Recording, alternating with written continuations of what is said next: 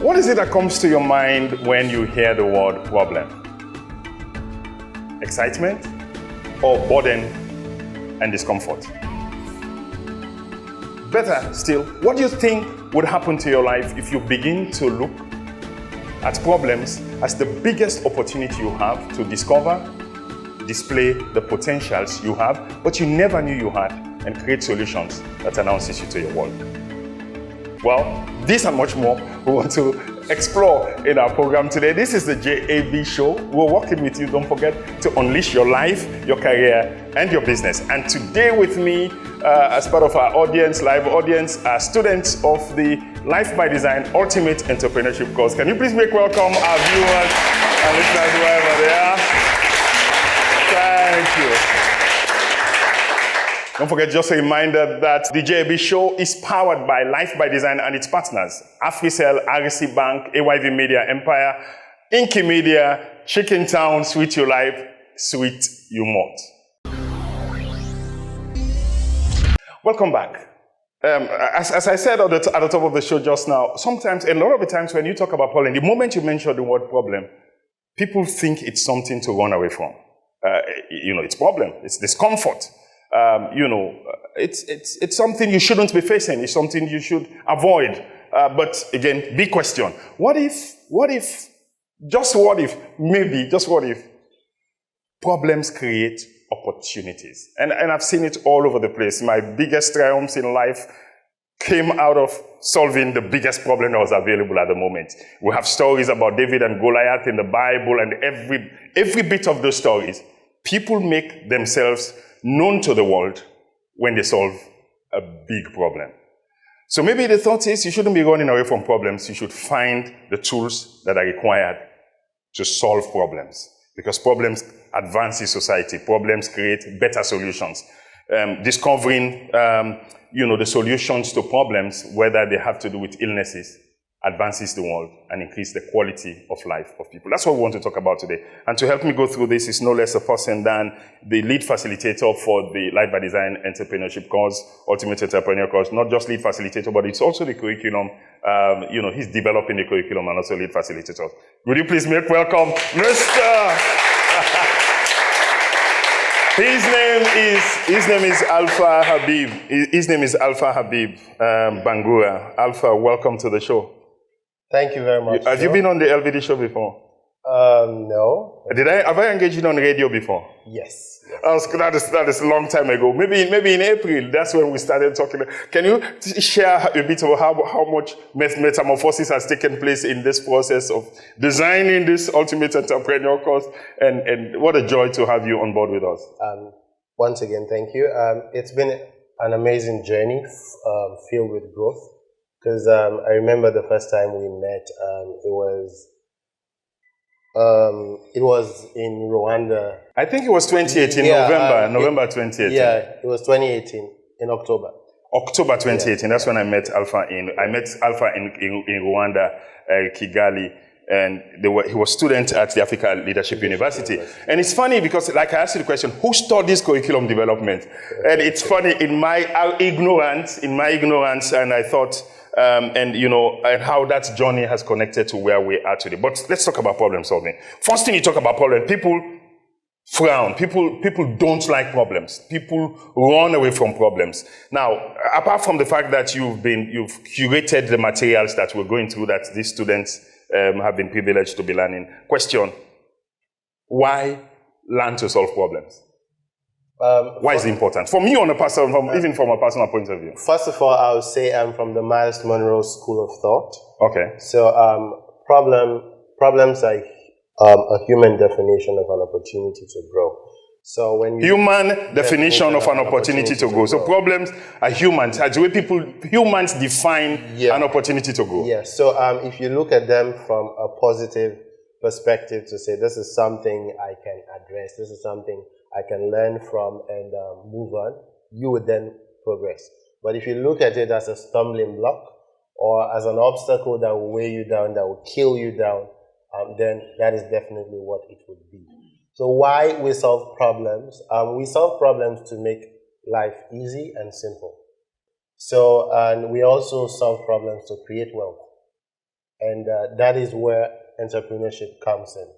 How important this is. Have you learned anything that is? Yes. Are you sure? Now, so it's very important. Ultimately, it's about creating wealth, not just for you, but creating wealth for people, the jobs you provide, the people you provide the jobs for. This is why it's important. Quality of life, wealth creation. How do we do this? How do we do this? You don't run to a problem, you face them. And what you've been teaching is that there's a systematic approach that you could have to problem solving that makes it so exciting, but that makes it at any point in time when you see a problem, you can create a solution. What are those stuff you've been sharing? So we've adopted a 6-step problem solving. A 6-step approach to problem solving. As you can see there. So the first step we have, for you to be able to solve any problem, first you need to accept the fact that there is a problem. So it means you have to identify the problem. In identifying the problem, step 1 says you define the problem. You can only define what you have identified, what you see, what you feel, or what you go through. And then the second step says you have to establish a root cause analysis, like a cause to effect relationship of the problem. We have 3 fundamental approaches of carrying out our root cause analysis. So those are fundamental approaches. We have the 5 whys. So the 5 whys is a very interesting tool and the most basic. And you say the 5 whys says if you ask yourself 5 times. 5 times. Why? Yes, the very last one. It's the root cause. I remember my younger brother used to ask why in an annoying way that made everybody hate him for that. So I would come home from university at Fobe College at that time, and then I say, I'm hungry. And then he'll be asking, why? Because I've not eaten. Why? Because I don't have money to get food. Why? Because I don't have a job. Why? Because I'm still in college, I've not graduated yet. So you see, right from there, it tells you that you are in college. If you address that issue of you graduating, you get the skills, you look for a job, you are employed either full-time or part-time, you are getting money, you can plan yourself to say, this is what I'm going to eat today, this money is going to this portion or this activity of my life. Then I'll address the problem of hunger. So you said there are 6 steps that are required to solving any problems. Yeah. Walk us right through the 6 steps, and then we're going to zero in on 2. Okay. Define the problem. Define the problem. Do a root cause analysis to know what is actually responsible for What's responsible for the problem. Number 3. And then you develop alternative solutions. Develop alternative solutions. By tackling the things that are responsible for Number 4 again. Number 4 is selecting a solution. And then number 5 is going out now to implement a solution. And test your solution. Implement and test. Number 6. Yes, number 6 is evaluating your solution. Whether it worked. Whether it worked or what can be improved, what can be done better. 6 marks. You want to put your hands together for your validator? It's 6 marks. And like I said, you've already been thinking through this. What we would have to do is to give, one female, at the end of the class. I want to just reflect. You've only had a week worth of classes. I want us to be able to share just briefly how this is already changing the way you see in life and the way you're seeing problems for themselves. So this is a special edition of the JAB show. It's coming right through a class of our Ultimate Entrepreneurship course. That is sponsored by,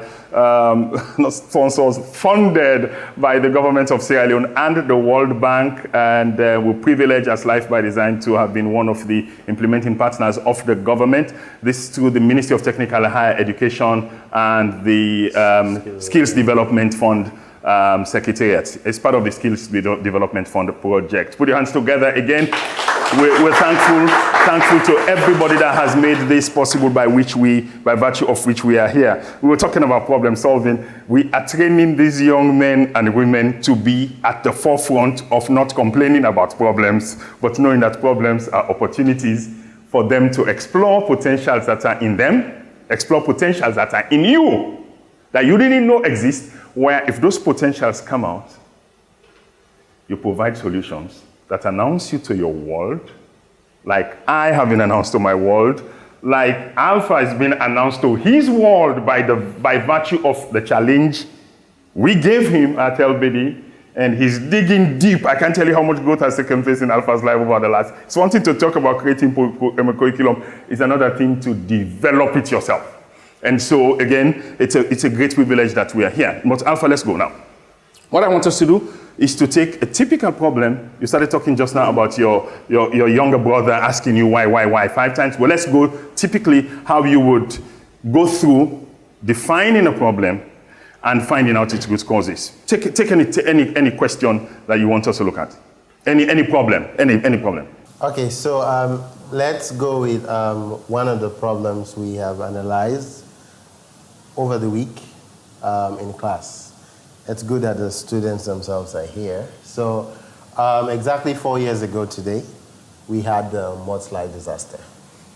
And so even for that, mentioning that, just a pause, that the date we were taping this program was the date, the 4th anniversary of the mudslide at Motome. Mount Sugarloaf. So the date we are shooting this, we were taping the show, was the 4th anniversary of the mudslide up at Mount Sugarloaf, Motome. So maybe it's just observing a moment of silence for the more than 1,000 Sierra Leoneans that lost their lives for a moment.